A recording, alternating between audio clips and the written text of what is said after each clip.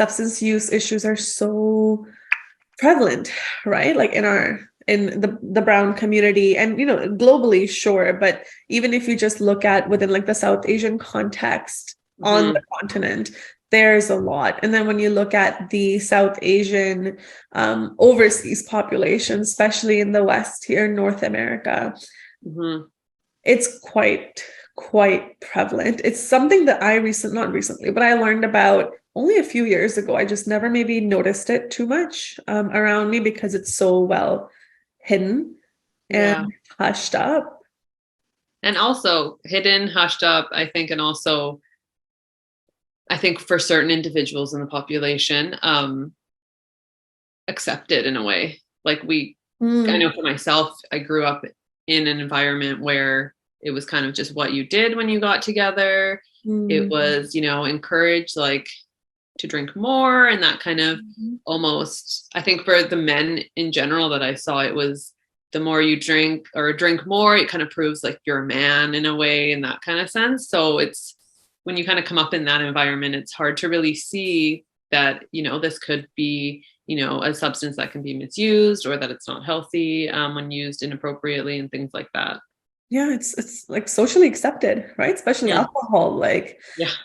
it's socially like rewarded because if you're that person who goes to a party and says, actually, no, I'm going to pass on a drink, you just get bombarded with questions all around, right? And Yeah. people kind of like put this like serious look on their faces and they say, well, is everything okay? It's just so expected of you to drink. Yeah, and I mean to be completely transparent, I'm that person that will say, I'm okay for today, or I'm not drinking, and it's almost like, oh, what's wrong, you know? Yeah, And sometimes absolutely. it's like, no, it's just I'm making that choice. But I think because majority of people do like to have a drink, which is completely fine. When someone says they're not going to do it, it's like, oh, you're not doing what most people are doing. Like, what's going on? Yeah, you feel like a bit of an outcast. A little bit, yeah. A little bit, yeah. I'm recently on a drinking hiatus myself for the last Hmm. few months. And, and I absolutely like love the people in my life and they're very great and they're very caring. But Yeah. every time, I kind of go out with the same group of people, I get this well-intentioned, but this still sort of like surprise level, still, you're still not drinking? Okay, like when are you gonna drink again? So it's alcohol is one of those substances that is just so normalized. Hmm.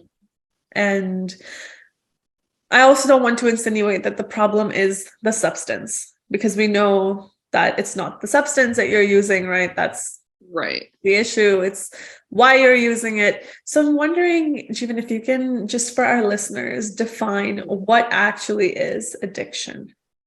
Yeah, so I think, of course, there's so many definitions out there, but one that I really like and one that I use because it kind of encompasses all the different varieties of, substances and impacts it can have is basically it can be a chronic or compulsive need for whether it's a substance, a behavior, or an activity that someone is partaking in that is having some sort of physical, psychological, social effect.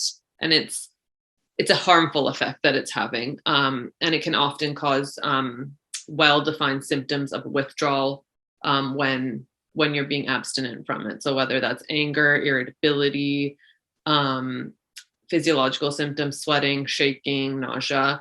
Um, I think for a lot of people, when you think of substance use or substance abuse or alcoholism or any of those, it's always some sort of negative, quote unquote, negative substance that is causing those. But it can actually be any behavior, any activity that is having a negative impact on a person's life individually. Mm. Hmm. Yeah, I really like, how you put that together, that it could be a substance, a behavior, or any sort of practice, right? A Yeah. compulsive practice that can become an addiction. Or chronic, as I said too. I Uh-huh. think Yes. I think in this community with like alcohol, for example, right? Like people use the term functional alcoholic. Mm. Um, so it doesn't always look like a typical addiction you might see in, textbooks or on TV. Sometimes it is just that long term maybe 2 drinks a night, but I think the question becomes what would happen if it wasn't available or if it was taken away, right? What effect would that have on your overall well-being? Yeah. I think it's so different even within the South Asian community between men and women. Mm-hmm. Mm-hmm. And I'm not sure how much experience you have around this, but for what I've seen, when men have this addiction, it's almost, it's hushed up, it's hidden, it's almost accepted in a way that like that's just what men do in the community. And it's sometimes almost like, oh, there must be another reason that this person is drinking, so it's not on that individual. It's always someone else must have made you upset or made you angry or didn't treat you right. And then when you look at women, it's, how could you do that to the family name? How do you have no self-control? You should be ashamed of yourself. So like the perspective, I think, just from the outer community around whether it's a male or female having the addiction or the substance use problem definitely influences how the person themselves sees kind of the behavior that they're engaging into. Yeah, surprise, surprise, we're more lenient with boys. Who knew? Yeah. Right.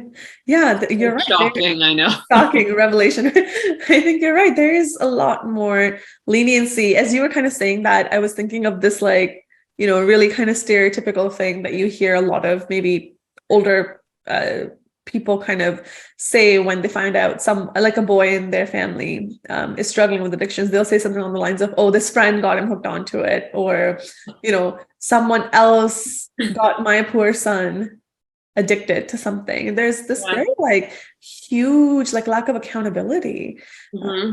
And we know that we're not assuming a place of shame and blame with addictions, right? Because we know that it's a lot more nuanced than that. But I think in what you're saying is how we treat the person who is forming some sort of a dependency issue really then impacts how they themselves internalize what's going on for them. The guest and the host at Brown People Problems do not offer individualized therapeutic or medical advice, and our conversations should not be interpreted as such. This podcast is not a replacement for therapy. This podcast exists for educational purposes only. Please consider your circumstances and engage with the content mindfully.